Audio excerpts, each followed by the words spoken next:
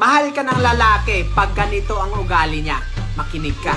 Number 1, kapag laging may time siya sa'yo. Tandaan niyo po na karamihan sa mga lalaki, hindi yan magbibigay ng time sa mga babae or sa isang babae kung hindi niya ito mahal.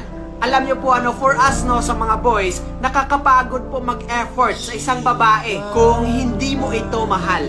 Number 2, mahal ka ng lalaki kapag malambing ito sa'yo or clingy. Alam niyo po bihira lang ang mga lalaki na hindi clingy at malalambing.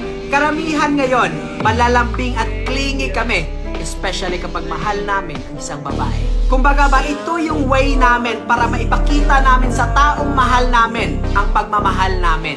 Or maipakita namin sa isang babae na talagang mahal namin siya. Number 3, ina-update ka.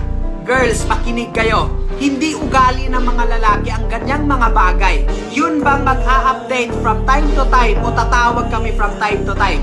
Hindi namin ugali yan. Alam niyo po girls, kapag ina-update kayo ng boyfriend nyo, tsak mahal na mahal ka niya. Mahal ka ng isang lalaki kapag ginagawa niya ito sa'yo.